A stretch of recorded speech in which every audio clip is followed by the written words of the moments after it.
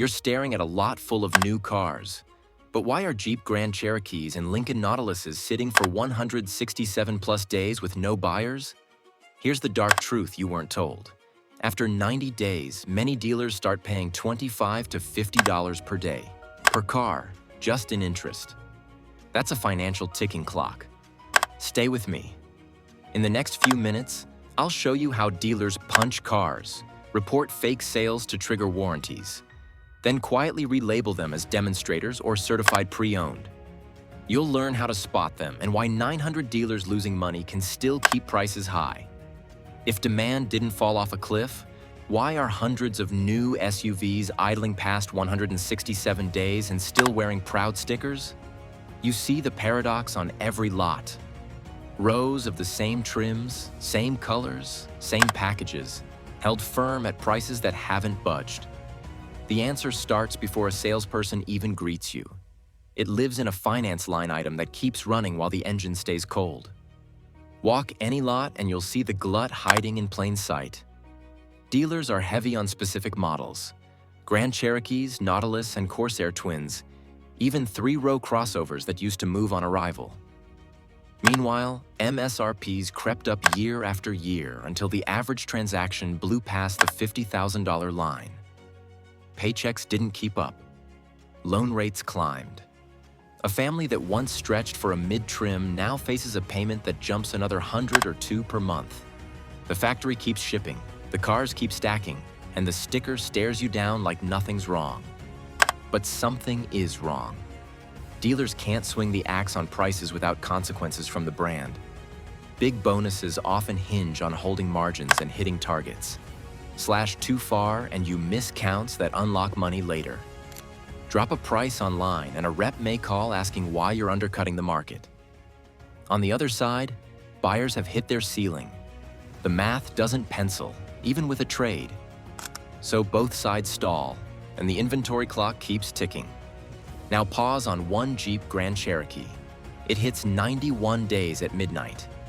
Nothing about the paint changes, but the accounting does. The interest the manufacturer helped cover for the first stretch stops. From that moment, the meter starts on the dealer's dime, and it doesn't care about weather, foot traffic, or your weekend sale. That one VIN moves from hopeful asset to a line that drips cost every sunrise. Here's the simple version of floor plan financing. A lender, often the automaker's finance arm or a bank, fronts the money for every car that lands on the lot. For the first 60 to 90 days, the brand usually subsidizes the interest. After that window, the dealer pays daily interest on each unsold vehicle. Typical ranges run $25 to $50 per car per day, depending on price and rate. No one escapes that clock. The lender gets paid. The brand already built the car. The dealer carries the burden. Think of every unsold car like a motel room you keep open every night, whether anyone sleeps there or not. Lights on, staff on, key cards ready, and the bill shows up even if the bed stays empty. Scale that up and the pain gets obvious. Take a mid-sized store with 300 aging units. At a modest $35 per day in interest, that's $10,500 every single day. Let a week pass and more than $73,500 evaporates. Before payroll, before advertising, before the coffee in the waiting room. Expand that across a month of slow Saturdays and rain-soaked Tuesdays, and you see why managers stare at aging reports with a knot in their stomach. And there's a bigger wall ahead.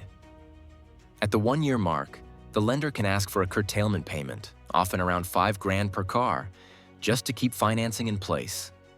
That's upfront cash many stores don't have sitting idle. Miss it, and choices narrow fast. So what is floor plan financing, and why can it feel like $50 a day after 90 days? The subsidy ends. Interest starts accruing daily on each VIN, and every car becomes a metered liability until someone signs the final line. If the clock is bleeding cash, how do cars disappear from the books while staying on the lot? Enter the quiet playbook that makes a new arrival look brand new even when its warranty clock already started. How can a new arrival already be 6 months old with the warranty clock quietly running? You've probably walked past one. The sticker shines, the plastic's still on the seats, and the odometer shows delivery miles.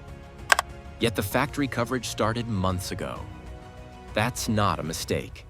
It's the first move in a ladder dealers climb to move metal without flashing a giant discount sign. Here's how the 9-tier disposal ladder works. When the usual price cuts would blow up margins and anger the brand, stores use paperwork, labels, and internal transfers to make a car disappear from the metrics that matter. The goal is simple. Stop the floor plan meter, protect bonus money, and keep the online listings looking strong. Instead of one big price drop, they apply a sequence of quiet reclassifications that turn an unsold unit into something that looks like a deal. The first reveal is punching.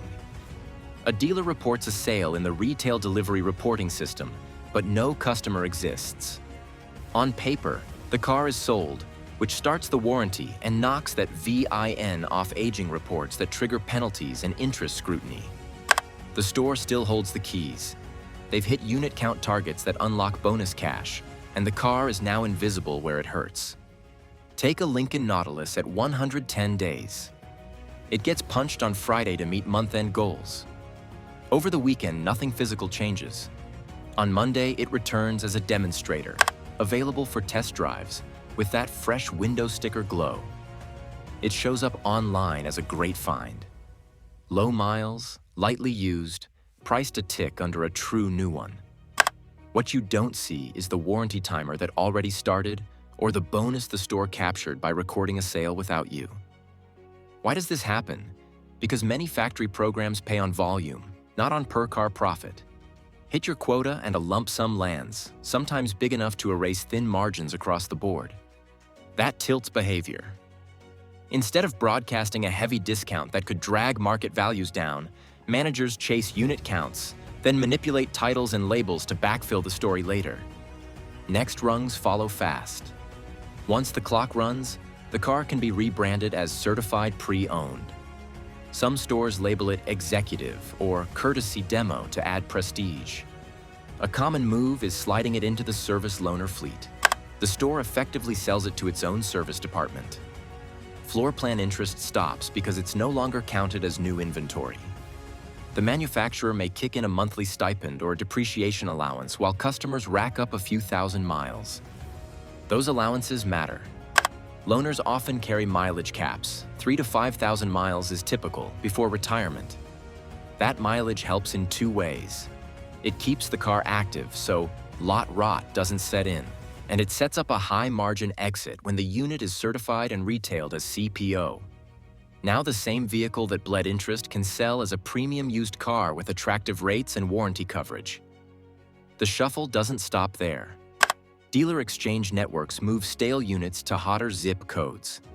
Software flags a cold VN in one market and routes it to another where searches are stronger. Online, it looks like a fresh arrival the day the truck unloads. In reality, it spent months elsewhere and picked up transport miles nobody highlights.